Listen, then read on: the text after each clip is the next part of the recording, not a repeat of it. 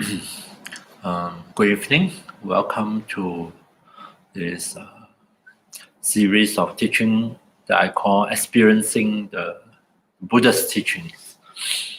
Tonight, I'm starting on a new module. Can't quite remember the name of it. Something to do with the Four Noble Truths, the pursuit of happiness. I think that's what I have planned for.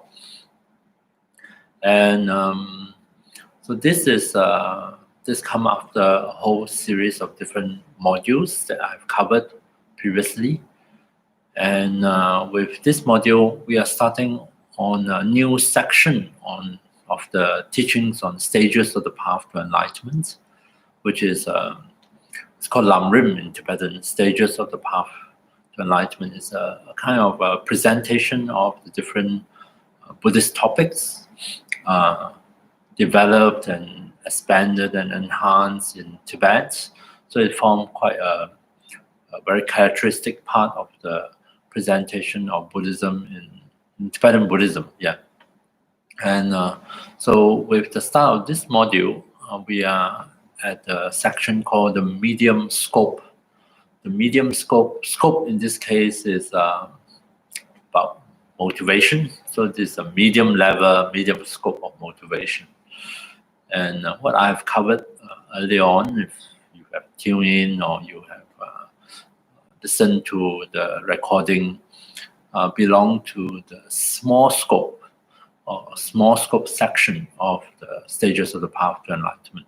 Small scope, as the name implies, is of a smaller, the smaller scope of motivation. Small scope is more concerned with personal happiness, one's own happiness, which is a worthy and valid goal to work towards. I mean, who among us don't want to be happy? Hello, welcome everybody. Yeah.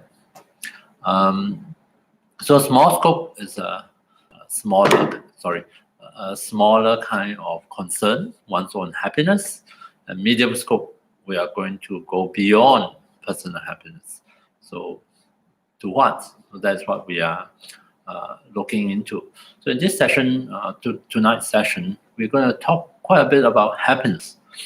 When, at least for myself, when I first encountered Buddhism, it wasn't about happiness, it was about suffering. Because Four Noble Truths of the very succinct summary of the Buddha's teaching, Buddha is about suffering. It starts off with the truth of suffering, the noble truth of suffering.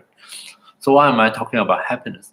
I think of course, Buddhism is very much associated with the topic of suffering and freedom from suffering. But I think there is also a place for talking about happiness as well. And the Buddha talked about happiness in his discourses also. Maybe not as much as he talked about suffering. But there is a place and time to discuss about happiness. And so that's what we're going to talk about.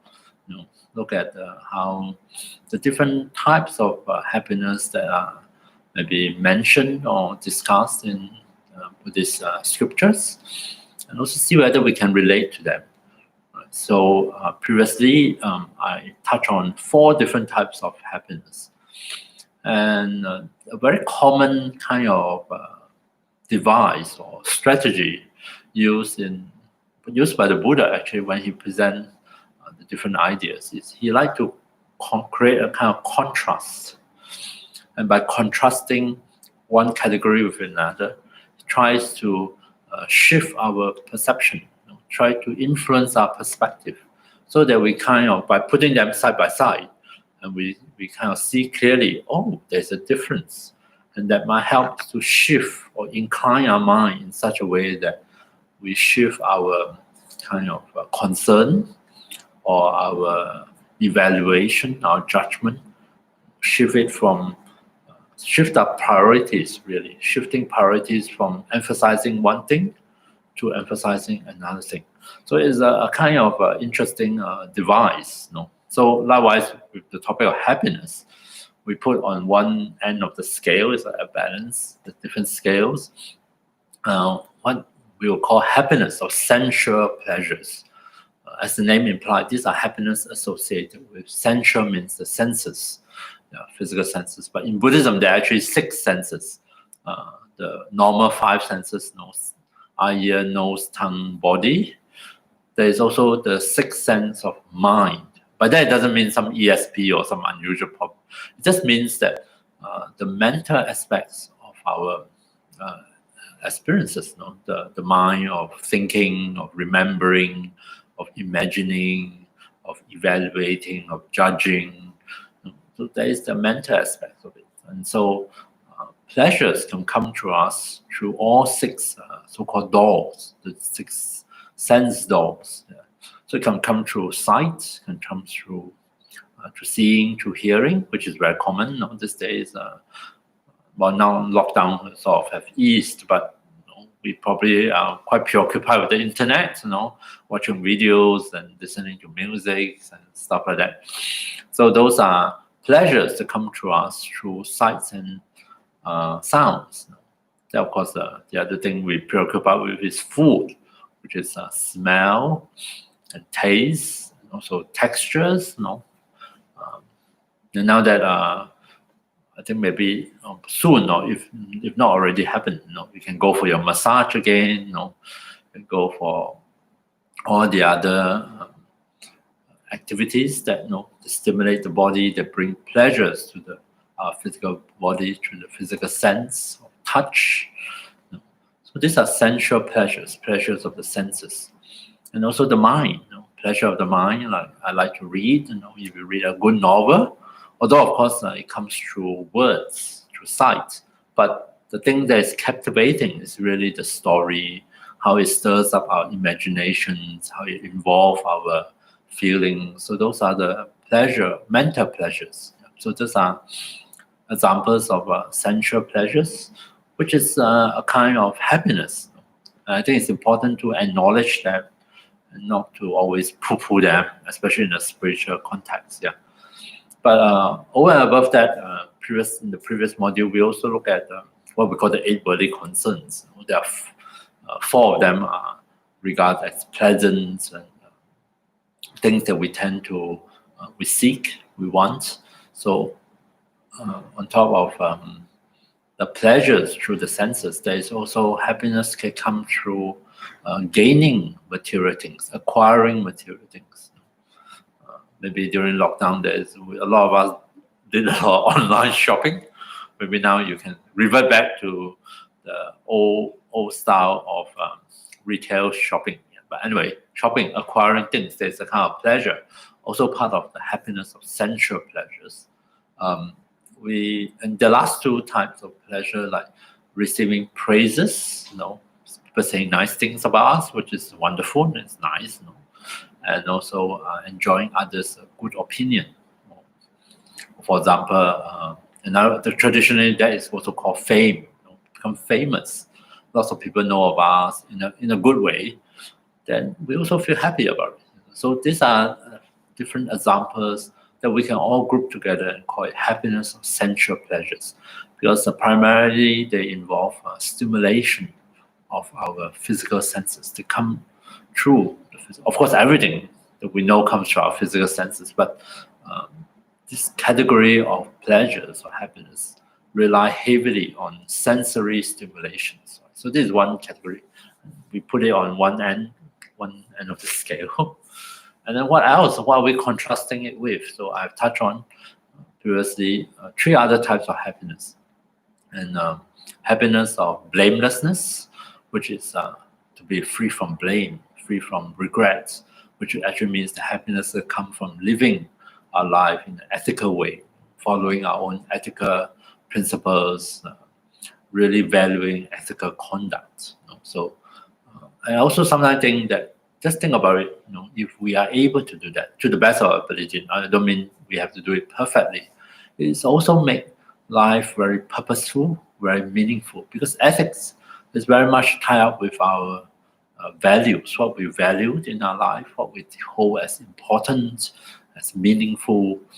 And by living our life in an ethical way, we are contributing to seeing our life as something very has meaning, has purpose.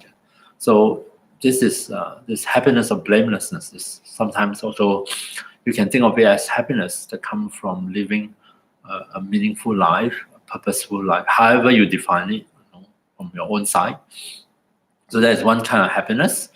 Another kind of happiness is happiness of loving connection, whereby we nurture the quality of love, or kindness, or compassion. In Buddhism, usually there are four: love, compassion, joy, and equanimity. We nurture these qualities in our interaction with others, in our relationship with others. And so, in so doing, we forge a loving connection with others. And that also contributes a kind of happiness to us, and kind of a different quality of happiness compared to happiness of sensual pleasures. So this is the second type of happiness we put on this end of the scale. And the third one is the happiness that comes from meditative absorption. In meditation, especially when we are able to fully engage our attention in our meditation, our attention fully absorbed in whatever it is we are meditating, that state of absorption, or concentration, you may call it, brings with it a particular sense of bliss, a particular sense of pleasures, quite different from pleasures from sensual pleasures. Although senses are involved, but in fact not so much as novel stimulation of the senses. In fact, in deep meditation, our physical senses, it doesn't mean that they stop, but they are attention is not so much with the physical senses. It's a bit withdrawn, especially like sights and sound, smell and taste, a bit withdrawn from them, and dwelling on something that arises internally within the own mind itself. So these are the three types of happiness that the Buddha has contrasted with happiness of sensual pleasures. Main difference is sensual pleasures really depend heavily on stimulating our senses. So when the day happens, lockdown, you can't go anywhere, and internet is not working, suddenly we felt, what am I going to do with myself? So then we can appreciate, because we lost a source of sensory stimulation through the internet. And then we find it, time is really hard to get by without that kind of stimulation. So that is the main characteristics of sensual pleasures. Whereas the other three, happiness of ethical living, or blamelessness, of loving connection, of meditative absorption, although it does involve our senses, are not so heavily dependent on sensory stimulation. The source of happiness comes from other things, come from our loving connection from others, come from nurturing the inner qualities of kindness, of compassion, come from nurturing quality of concentration or absorption or attention on object of meditation, come from valuing, living in accordance, making choices in line with the values, our ethical principles, and so forth. Right? So that is actually the small scope. The small scope is really about shifting our perception, our perspective, shifting our priorities, so that we, through the teaching, we might have a change of heart, so to speak, and start to view this happiness of ethical conduct, of loving connection, or even meditation, as so much more important, more meaningful, or whatever. So you give it a higher kind of rating, and so you might devote more energy, time, and attention to this, and less on happiness or sensual pleasure, and in so doing, bring about a shift in your own experiences, also a shift in your own behavior. Right? So this is a small scope motivation, almost like saying aspire a bit higher for your personal happiness, aspire for what might be considered a higher quality of happiness, so to speak. Of course, this is relative, and we have to decide for ourselves whether we agree with it or not, because it involves a certain degree of evaluation, of judgment also. So having done that, no surprise to find that in the medium scope, we're going to do something similar. We're going to evaluate yet another kind of happiness and contrasting them, and to see whether we can, again, or at least the Buddha is trying to shift your attention, your priorities from this type of happiness to yet another type of happiness, even higher quality, the highest quality, maybe. This is the happiness of liberation, happiness of freedom from suffering. And that's what I thought today we can discuss about it. And please feel free to write your comments or questions in the live chat, and I'll attend to them. Am I trying to sell? In the medium scope, what I'm selling is this happiness of liberation, how wonderful it is, and it's so much better quality than all the others, and it's just really worthwhile, to devote, to aspire towards it, to devote time and energy to achieve it, and so on and so forth.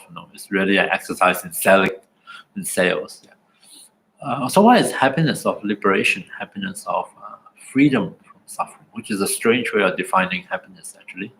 And in my own mind, I see it as sometimes I don't use the word happiness to describe it, because I feel that I probably wouldn't call it happiness, really. I probably call it peace. What is this defining characteristic? So we can, by contrasting it relative to the other three types of happiness, of ethical conduct, of loving connection, of meditation. So what are some of the defining characteristics in contrast to that? One thing you might say, there is a kind of imperfection in those three types of happiness, is of course their conditional nature. They're very much dependent, very heavily dependent on conditions, isn't it? So if conditions are favorable, then of course we are able to manifest that loving connection. We are able to be in touch with kindness and compassion. But then again, life sometimes put obstacles in our path, and for us mere ordinary mundane human beings, we are not all saints. So we might find when we've in certain situations, certain contexts, despite our best intentions, it isn't kindness or compassion that are triggered. It isn't a loving connection that we are able to nurture. Instead, the opposite of it: hatred, aversion, fear, anxiety, worry about our own safety, our own well-being. Other states of mind are triggered strongly. And so while those are dominating our awareness, our consciousness, suddenly or unfortunately, loving connection is nowhere to be seen. I mean, it's not gone forever, but it is no match against our primal instinct of self-preservation. Or we might find ourselves in situations that strongly triggered anger or even hatred. We can see it around the world, especially in America, and which is very unfortunate, but very true. And those are powerful emotions, just as powerful emotions, and it can overwhelm us. And while we are in the grip of hatred, of aversion, of fear, of intense anxiety, the happiness of loving connection is nowhere to be seen or to be felt. So that is its conditional nature.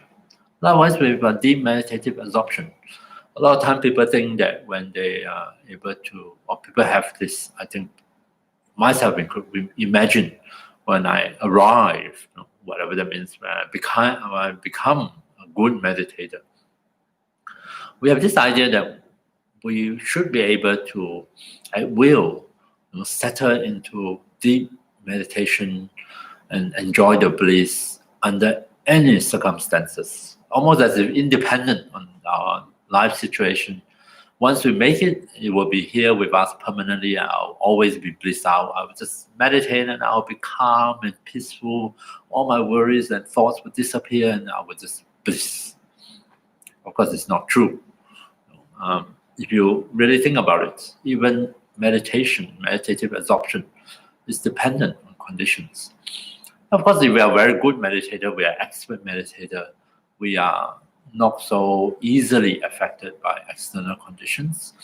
And and therefore more likely to be able to find our way back into absorption. But that is not necessarily true. Not true for newer meditator, which are very much influenced by the conditions in our life, outer or inner. But even expert meditators are not exempted from change in their experiences in meditation. One famous story is when Lama Yeshe, the founder of this whole foundation, of which this center is affiliated to, Lama Yeshe, towards the end of his life, was suffering. He has a very congenital heart conditions, and he's dying basically. And at the hospital, I think, either hospital or under care, he was given a drug. I don't know what that drug is, but they are, of course, in modern times, modern medicines. What this drug did was basically wipe out all his ability to concentrate his mind. I mean, it's given to prolong his life, for his well-being, but it has a side effect that he is unable to concentrate. And we know about it because he wrote a letter to one of his close friends, I think, again, Jampawandu, so a great meditator. And in that letter, he laments his distress, sort of, not really distress, but nonetheless, it's a shock that after spending decades in your life cultivating and practicing meditations and enjoying the benefits of deep meditation, and suddenly, just because a drug has been administered into your system, of course, I don't think he expected it. He probably didn't know about it. All those concentration that you have always have, suddenly is no longer, you're not able, in spite of your best effort, you're not able to bring it forth because the drug interfered, I think, with the brain chemistry. And so it was quite distressing. And he's not the only lamas. I mean, since then, I also heard of other lamas who maybe they accept chemotherapy or any of these drug regimens, treatments for their illness. And some of the drugs have not just physical effect, but also psychological effect. And a lot of them find it quite difficult to deal with. I think they are probably better able to deal with the pain, the physical pain. Not that they like it, but this kind of impact, in fact, on their consciousness, on the mind, is probably experienced as more distressing, because the qualities that you have spent many years nurtured and cultivate, suddenly with the introduction of that chemicals into your system, is prevent from manifesting. So the drug tends to interfere with certain functions of consciousness. Yeah. And so happiness or meditative absorption under that kind of conditions is not available. It's gone. Of course, it will come back as the drug is metabolized and excreted from the system. Yeah.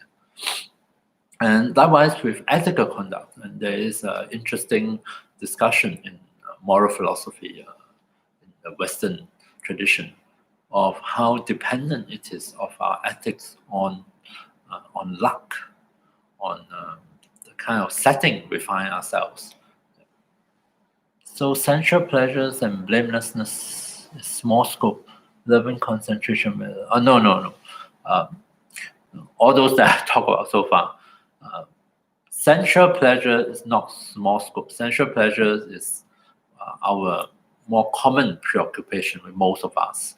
And in the small scope level of the teaching, small scope, although it's not small, but it's not really that small, we're trying to cultivate a different motivation, try to shift our priorities. Instead of solely focusing on acquiring sensual pleasures, we try to shift our priority to one or more of these three: blamelessness or ethical conduct, loving connection, or meditative absorption. So three of them are. The three of them together represent a kind of different level of happiness within our life. They are sort of regarded as a better quality of happiness within samsara, so to speak. Samsara is the Sanskrit word Buddhists used to describe our current situation of cycling and moving through due to our habits, due to our afflictions, through very repetitive kind of experiences. So while we are still caught up in this situation, nonetheless, there is a difference between the different types of happiness. And to encourage us, instead of focusing solely on sensual pleasures, consider this other type of happiness. There are three types: ethical conduct, loving connection, and meditative absorption. Right? And by doing so, maybe we can enhance the quality of our life, the meaningfulness of our life, the type of happiness we get to enjoy. Right? So that's the small scope. I hope that's clear, how I'm not confusing people. Now, medium scope, I haven't started on it. So that is just to set the context that these three kind of happiness that we talk about and touch on in small scope, now compared to the medium scope, there's something not so perfect about them, not so complete about them. They are very conditional. So is it possible for us to find even better quality of happiness, one that is less conditional, one might call it unconditional happiness, happiness that is able to be with us, or we are able to be in touch with in a more stable way, even less likely to be interfered with, to be disrupted by changing conditions of our life. And that brings us to the topic of happiness, of liberation of freedom from suffering, which is one of the main goals of the Buddha's teaching, especially presented in the Four Noble Truths. And today I want to start talking a little bit about this kind of happiness, and which I in my mind, I tend to call it peace, because no matter how I look at it, I don't find it, I won't call it happy, because it's a very, although we use the same word happiness, we can define it differently in different contexts, isn't it? For different people. For each one of us may have a different definition of what it means to be happy. And in my case, I find this so-called happiness or liberation from suffering, I would consider it very nice, but I wouldn't quite describe it as happy. It's not kind of very joyful, cheerful, funny, laughing kind of happiness where you feel very excited or exhilarating. I think it's kind of a bit different. So let me sort of try to describe it. And then we're also going to do some meditation to explore it. Not that I can enable you in this session to directly experience the happiness of liberation. After all, it is one of the main goals of Buddha's teaching. But I think we can settle for some low standard similitude of that kind of happiness. The Buddha gave a few images or analogies to help us to wrap our head around this type of happiness of liberation. I'm just going to call it that. Yeah. He says that we can appreciate it if we put ourselves in following few situations. One of them is someone who has suffered from kind of illness or sickness, which is very long, has been kind of wearing you down for a long time. You have it and you sort of carry with you, weigh down on you. It's like some modern days, we have various different kind of syndromes, especially when those illnesses that are not so visible from outside. People can't see that you are sick, you are ill, you are unwell, but you know within yourself. And that illness, you have it for a long time, and it has affected every aspect of your life. It's not something that is visible easily, but you know for yourself very well how it has impacted you negatively, how it has sort of limited you, drag you down, and keep you down, so to speak. Yeah. And the day arrives when you manage to fully recover from it. Recovery may be also another gradual process. And as you recover, you get more energy, you have less limitation, you're able to engage in more of the usual activities again, which is wonderful. But since it comes incrementally, sometimes it's hard to appreciate the positive change until finally one day, suddenly you stop and you recognize and you sort of appreciate, say, hey, I feel wonderful today. I feel, I sort of really notice how wonderful it is to be healthy again, to be in good health. Long gone are all the negative effect of that illness. In that moment, you experience a kind of relief. You have been finally released from the illness itself, and it's something very joyful, and you can rejoice. It is like a load off your shoulder. So that recovery from a long-standing illness is one image the Buddha gave for the happiness of liberation. I hope maybe you can see. It's just an analogy, but you can see that relationship. Another image the Buddha gave is release from imprisonment. You have been imprisoned in jail. You have lost freedom. You have lost a lot of privileges and things that we all take for granted, and they're no longer available for a long time. And finally, one day you are set free. You step out of your cell, step out into outside of the jail, and you have regained that freedom. There's a sense of relief, isn't it? A sense of release from that kind of confinement.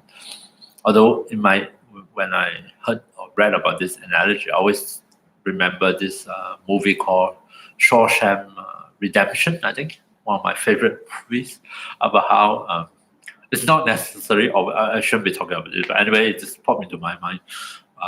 Maybe it's not really that much of a relief, because people who have been imprisoned for many, many years, decades, and completely institutionalized, find the free world, the outside world, actually quite terrifying, isn't it? So there's always counter-examples, of course. But anyway, putting that aside, so that is also another possible analogy of this sense of relief, and the kind of happiness or joy or peace that come from being free from imprisonment. The third analogy that I can recall, let me see, and can appreciate, is the release from financial debts. So we've been weighed down by a very heavy burden of financial debts, or the interest payments and service, whatever mortgage or whatever it is, the loan. And sometimes when under certain conditions, like for example this COVID-19, I think some people are, due to all the lockdown and closure and things like that, probably find themselves in debt, no income, and yet you still have to make all these payments. And financial debts, especially really huge, heavy one, are terrifying, almost soul destroying. It's like someone could still be earning good money, and yet the fact of constantly repaying a loan that doesn't seem to diminish, you just manage to pay off the interest over an extended period of time, does terrible things to physically, mentally, emotionally to a person, really crushed by the debts. And so in that context, if there's one day someone finally managed to just pay off the last cent, sometimes the last cent will be a bit difficult to pay off, right? With all these computer systems and automated payments and calculation, but you finally manage to be done with it. You walk free from the debts. And there is a kind of freedom also, a kind of joy, kind of happiness. So these are the three analogies that the Buddha given. Even 2,500 years ago, there are debts to be talked about. Give a good kind of rough idea of the kind of happiness we talk about, the happiness of liberation and suffering.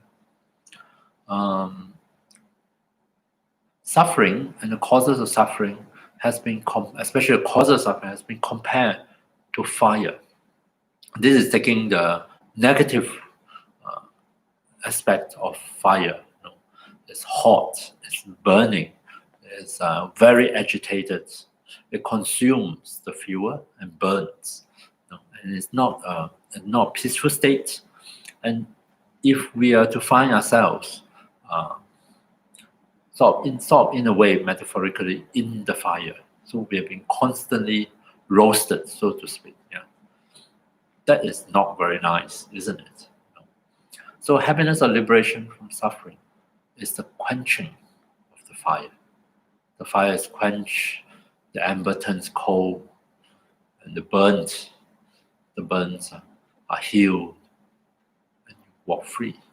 You experience the opposite of the heat, the agitation, the burning, the pain of fire. You experience coolness, the cooling, the quenching of the fire, the cooling down of this agitation or suffering.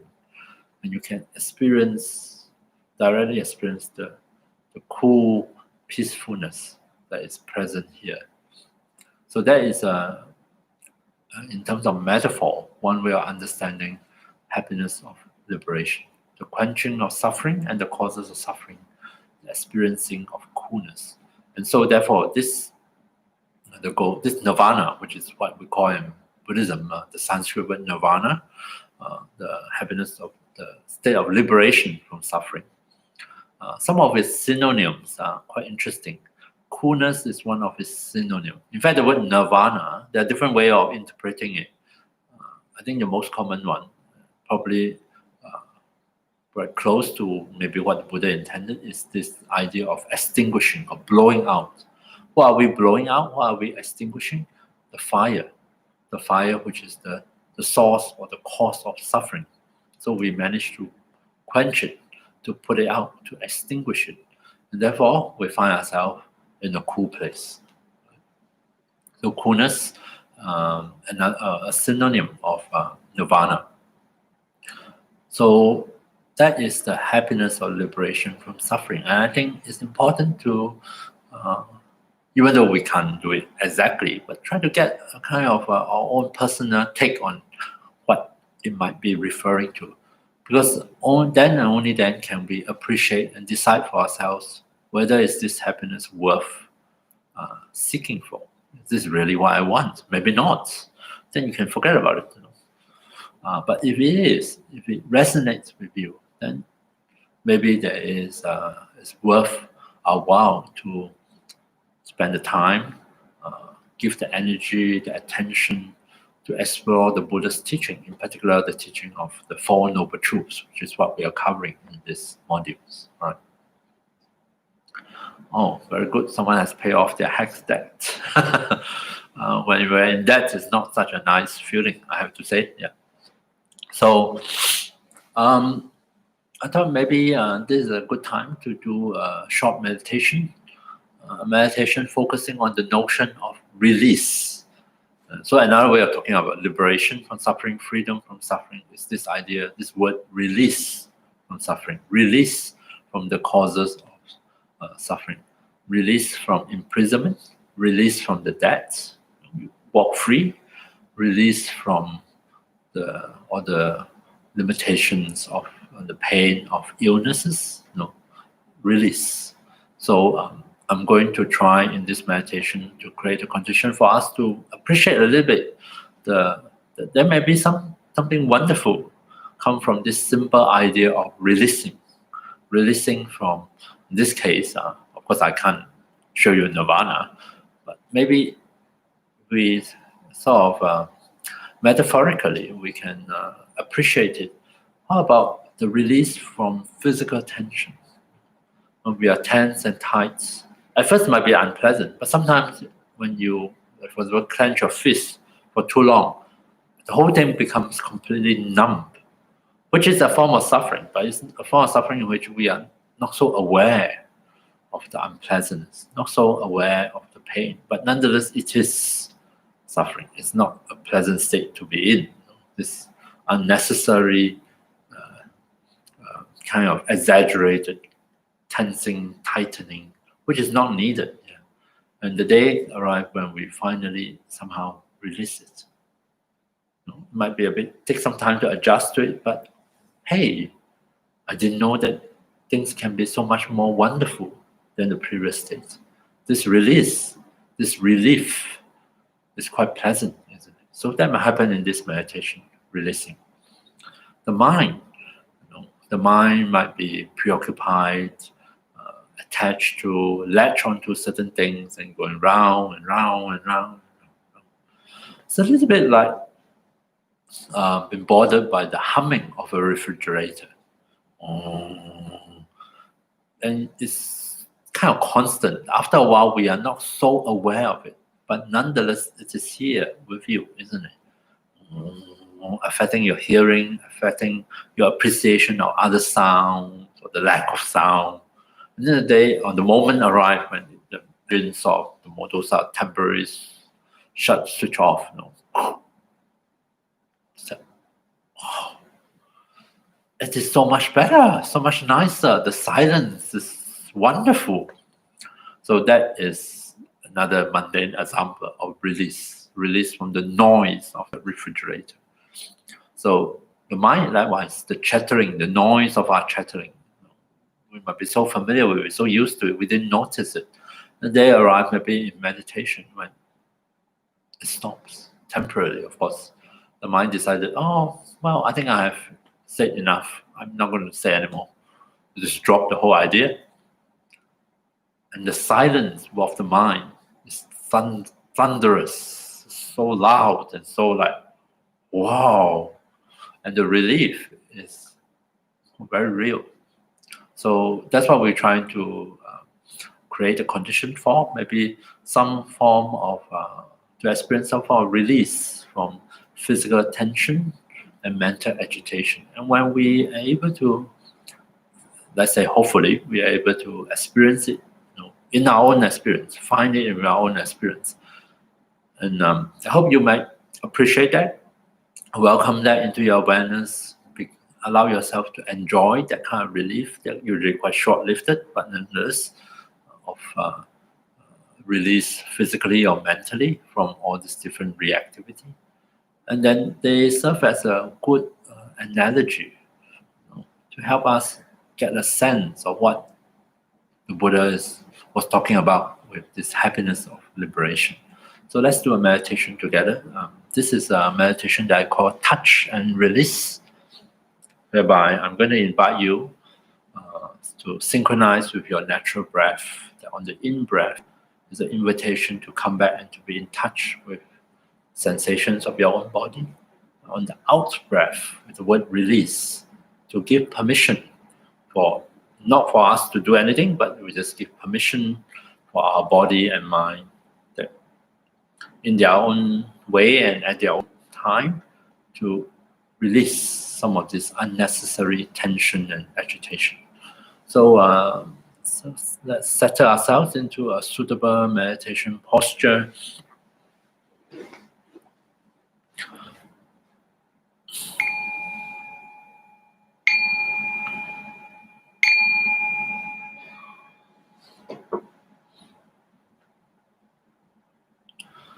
So whichever meditation posture you have adopted, be it sitting upright on a chair, on the floor, or lying down on your back in the supine position, please take care that the entire length of your spine, of your back is comfortable as it can be. Ensure that your posture does not introduce extra and unnecessary pain or tension into your spine, into your back, especially your neck and your lower back.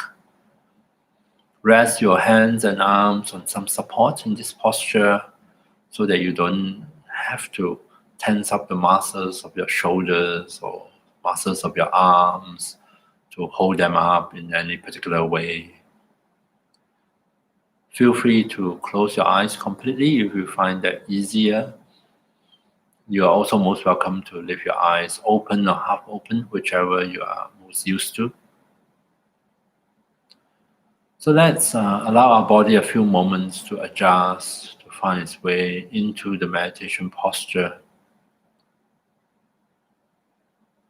See if we can welcome into our awareness sensations coming through from beneath us, beneath the body, sensations of the support our body is resting on, one that feels solid, firm, and stable, one that will convey to the body a sense of balance, a sense of support and safety. When the body feels that it is well supported, it can begin an automatic process whereby it can loosen up a bit, it can unwind a bit, it can put aside some of those unnecessary contractions and tightenings. And then given time, it can actually settle down more and more comfortably into the posture.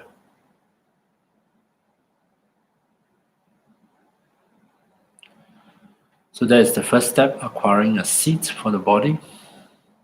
And for the second step, we're going to take quite a bit of time to help body and mind to shift gears, to release anything unnecessary and unhelpful, so that they can really settle and abide in meditation.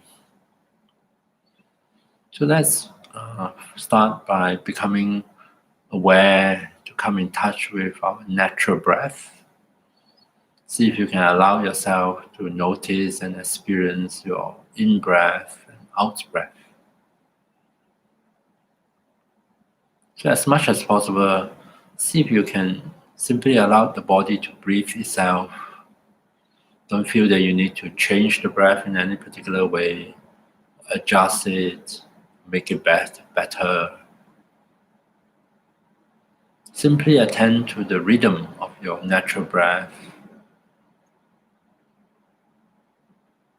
and synchronize with this rhythm of the breath.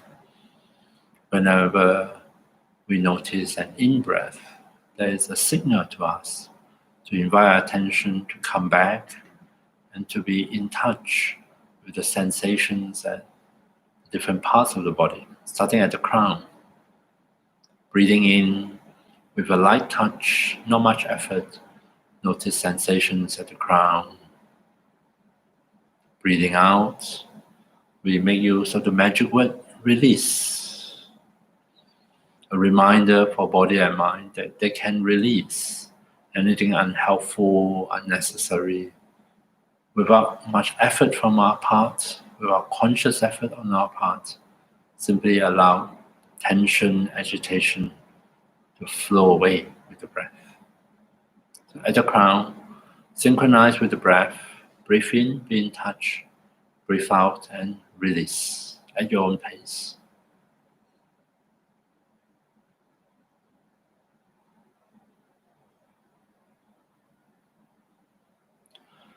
And then gently we're going to move on. Let attention alight at the forehead, somewhere between the eyebrows.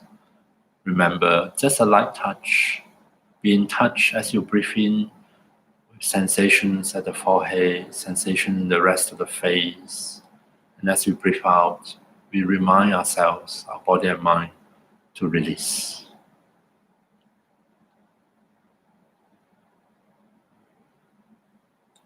At the face, maybe we are able to notice tensions, tightening of the facial muscles. Then as we breathe out, see if we can release some of these tensions so that we can welcome back a feeling of softness and ease, comfort into our own face.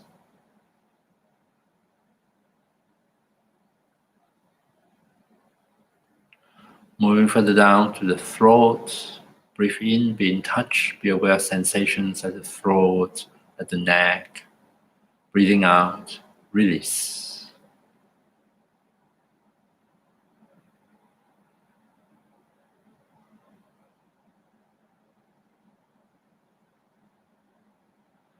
And then moving on, let our attention alight on the right shoulder. Just pick a spot at the right shoulder. Be aware, be in touch as we breathe in of sensations at the right shoulder. Release as we breathe out.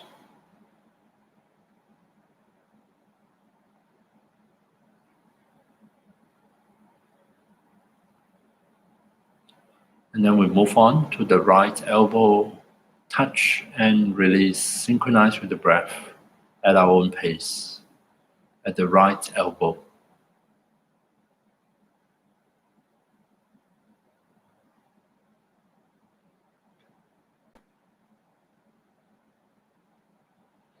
So feel free to move at your own pace. You don't have to follow mine, which might be a bit fast or slow for you.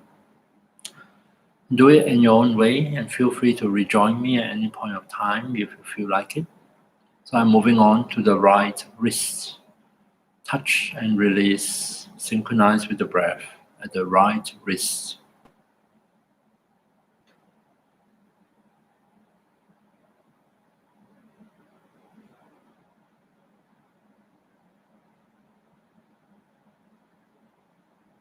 And then I allow attention to flow into my right hand. Breathing in, be in touch, be aware of sensations in the right hand. Breathing out, remind my body and my mind to release. Maybe we can also, as we breathe out, release the weight of the right arm. Allow it to rest comfortably on its support.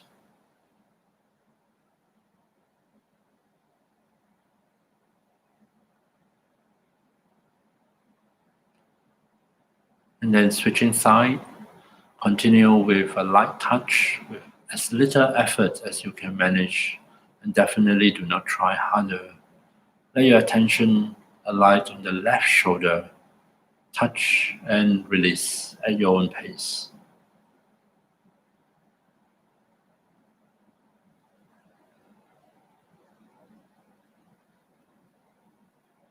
Moving on to the left elbow, touch and release.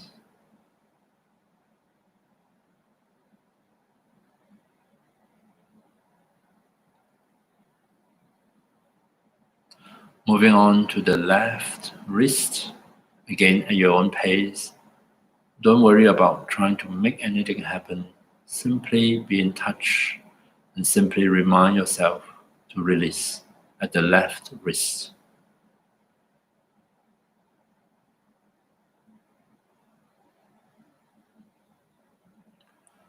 Allow attention to flow into the left hand, to be aware of sensations here on the in-breath, release on the out-breath.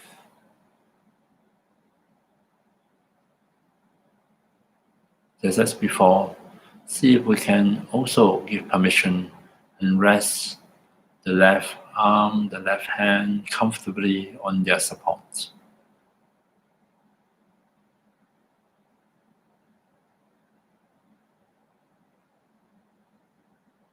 Coming back to the center of the chest at our heart center, touch and release at our own pace.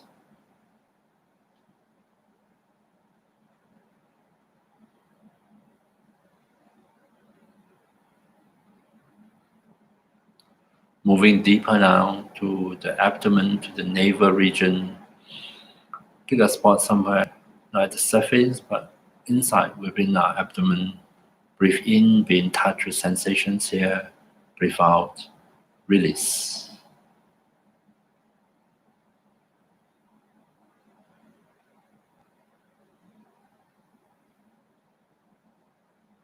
Imagine attention descend further down to the very base of our spine, at the tip of the tailbone. Breathe in, be in touch with sensations here. Out and release.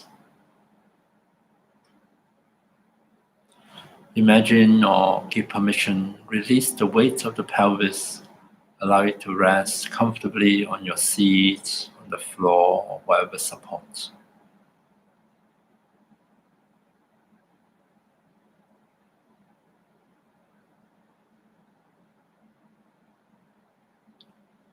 Next, resting our attention on the right hip joint. Breathe into the right hip. Be in touch with sensations here. And as we breathe out, release.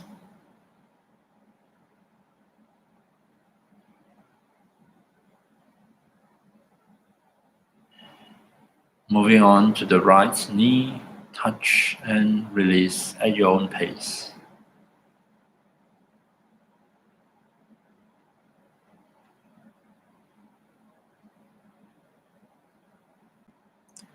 Down to the right ankle, touch and release.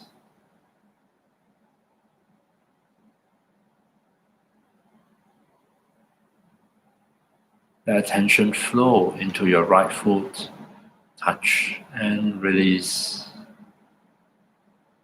And see if you can imagine releasing the weight of your right leg. Allow it to rest comfortably on its support or on the floor.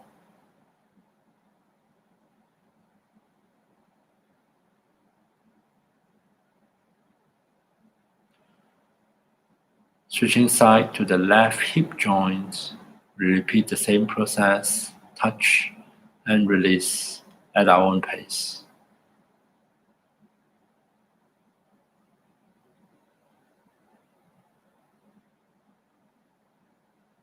Moving down to the left knee, touch and release.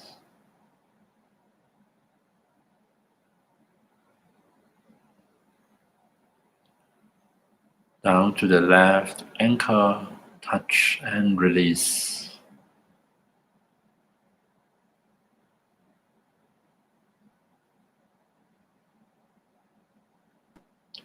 Into the left foot, touch and release. Release the weight of the left leg. Allow it to rest comfortably on the floor, on this support.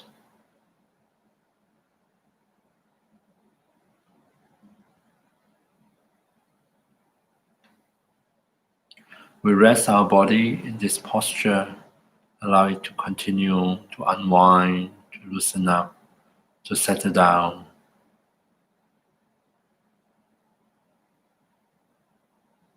We rest our mind, our attention on the sensations of the breath within the body. Breathing in, be in touch with all the different sensations happening here and now. Breathing out, we continue to deepen the sense of release.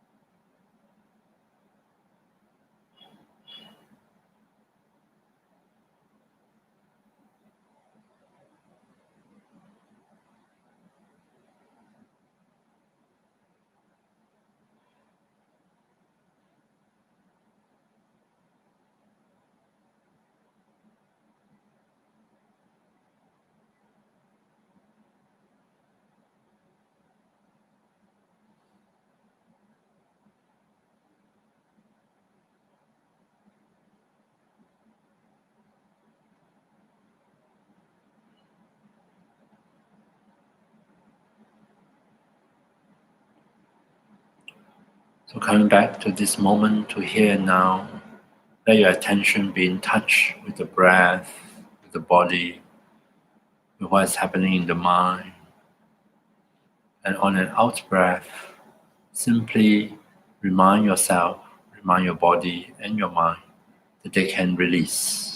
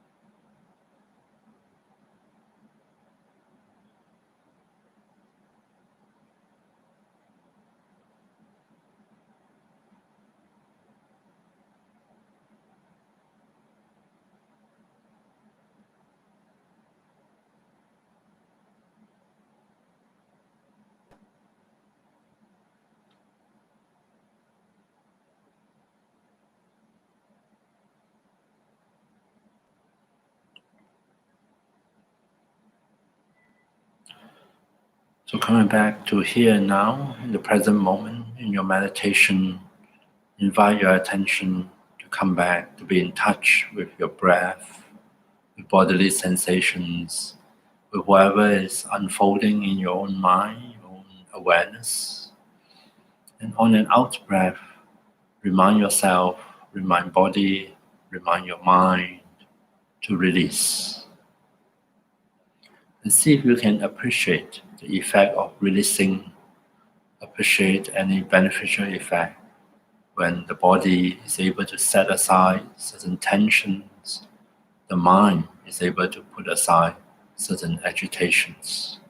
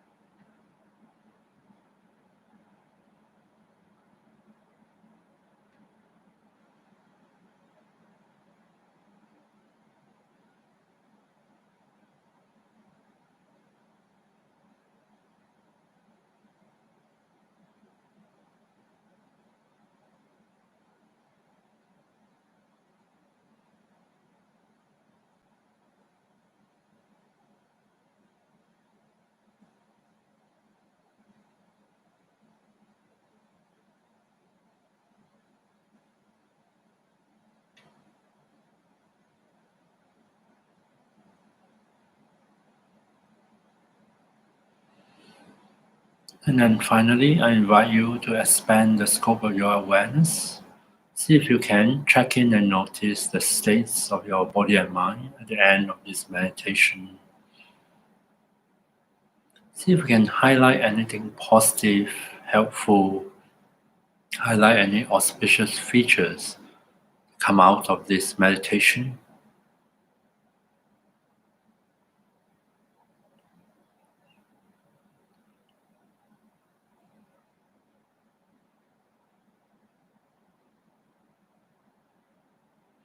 And then we can dedicate anything good or positive that come out of our meditation. May they stay with us, may they linger in our body and mind in order for them to continue to benefit us.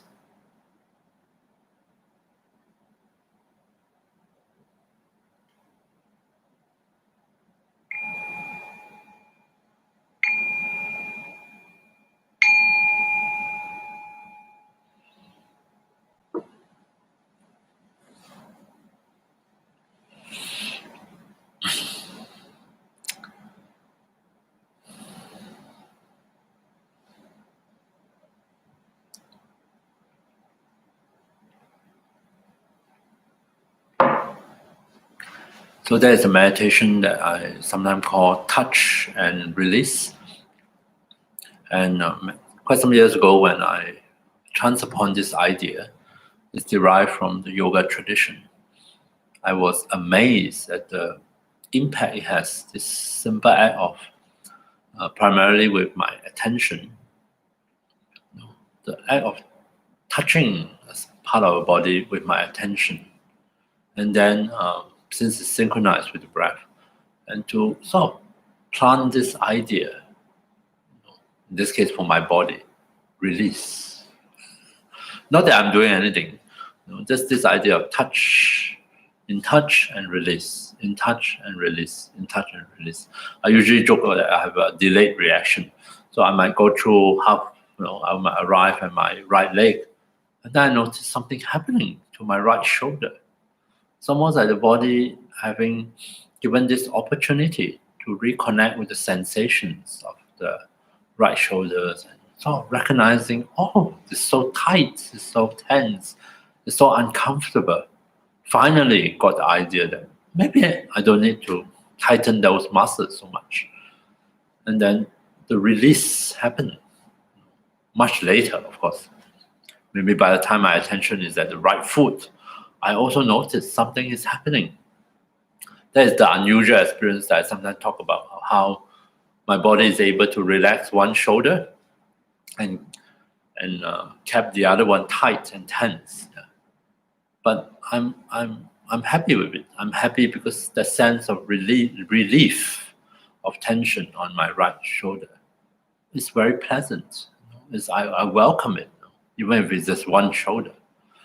And there is a kind of relief, as I used it, a relief from suffering. In this case, suffering of tension, tightness, and discomfort is perceived as something nice, something welcoming, something even pleasant, so to speak. And that idea of release, in this case, represented by a physical release and sometimes also a mental release. You might find that one effect of this touch and release on myself is on certain days, especially if I lie down in the supine position and if I were to do it, my mind can really release, and I can just sort of go blank, which I can't do when I'm guiding the meditation. I kind of have to keep track of where I am and not let everything go completely, to the point where I suddenly realize I forgot which part of the body I'm at. Am I on the left side, on the right side? So I do have to hold it together while I'm guiding the meditation. But on my own, it doesn't really matter. If I forgot about it, then I forgot about it. I can start at any place at any point of time. Then my mind can actually enter a state of, relatively speaking, much less thinking, much less of those usual rumination and worrying. The mind can become very quiet, which is a nice change. And all I'm doing is just touch and release, touch and release, and touch and release. So there is something to be said about this whole idea of releasing. And I'm trying to illustrate the point that the happiness of liberation from suffering, freedom from suffering, is also another way of understanding release. Releasing our system, our body and mind from something that has been holding us back, has been limiting us, or has been sort of pressing down, burdening us, weighing us down, from certain kind of restrictions or limitations that are experienced as suffering, as unhappiness. And now that we are somehow able to trigger a release, that freedom is something we welcome and we can appreciate. And this is the happiness of liberation. But of course, that release is a more profound kind of release. So we can ask ourselves, what exactly is it that we need to release or we need to put aside in order for us to actualize this maybe so-called higher form of happiness? I like to think of it as peace, unconditional peace. What is it? What are some of the conditions that might, although not necessarily created, but help us to discover or get in touch with unconditional peace, a peace that allows us to go beyond our usual states of experiences with all its frustrations and all its reactivities, and to be free of it, and so that we can function and live from a very different place. So isn't that nice? At least for me, it's very appealing. And that is this idea that set me off on my own personal Buddhist journey. It all started with me coming across the idea of meditation in a book and thought that was really cool because as the mind, I firmly believe the mind is the source of happiness and unhappiness. After all, in which or what experience unhappiness? Of course, it's the mind. The mind is unhappy. No, of course, it affects the body, but the body is not the main thing. It is the mind, our awareness, our consciousness. We are conscious of our own suffering, of our own unhappiness. So meditation, for me at least, is a tool, a means to go back to the source, to the consciousnesses, to my mind, to all those habits of the mind, which either contribute to happiness or contribute to suffering, and to do something at the source. So I said, I buy that idea, and so I start meditating. And then later, I needed a framework to guide me, to make sense of my experiences, to tell me how to proceed on. And that's when, after I look at different, as most people do, I sort of shop in the spiritual supermarket. Back then, there are not so many information available in the form of books. So I read, I think that's the spiritual section, the shelf in the public library in Singapore. I think I read all the books, all the different Sufism and Taoism and Hinduism and Buddhism and all the ism and Christian mysticisms. And I quite like Buddhism. I'm drawn to some of its ideas. I'm drawn to this idea of nirvana as a release from the craving, the clinging, the grasping that contribute to our suffering. And I can resonate with it, which is why I pursue the study and practice of Buddhism. So here we arrive at, in the medium scope, is to appreciate that over and above the happiness of sensual pleasure, over and above the happiness in our daily life of loving connection, which is wonderful, the happiness of living a meaningful, ethical life, the happiness that we can find in our own meditation practice. Even higher and above and transcending all this is yet another happiness available for us, the happiness of unconditional peace, the happiness of release from the torment or the restriction and limitation of whatever it is that is the source of our suffering. Does that appeal to you or not? It's something you have to ask yourself. And I'm not sure whether I managed to clarify the differences between these three levels of happiness. The first level is sensual pleasure, which is a kind of exciting, kind of wonderful experience. Not to be abandoned lightly, of course. Just because we are on a Buddhist path doesn't mean you need to deprive yourself of sensual pleasure. What is more important is to recognize its nature, its transient, changeable nature, and to value it accordingly, right? And to give higher priority to the happiness of living ethically, living in a loving way. And at least for me, I really appreciate the bliss of meditation. And yet, there is a higher goal we can aspire towards, which is liberation.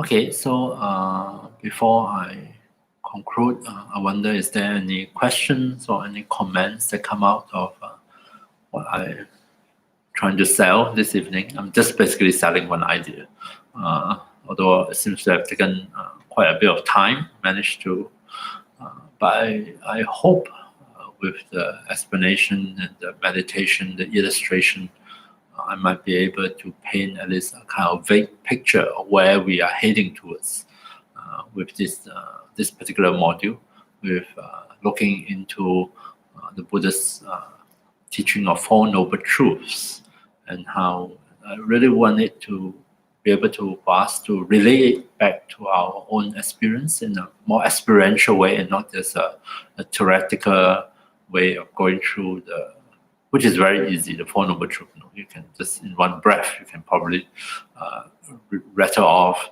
what it is all about. But what is more important is to be able to have a personal appreciation of each one of them.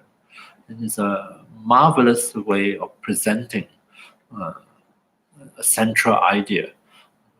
I have to credit the Buddha for figuring out this way of presenting happiness. It's sort of not the most usual way of talking about happiness. It's almost weird to talk about happiness from the point of view of not suffering.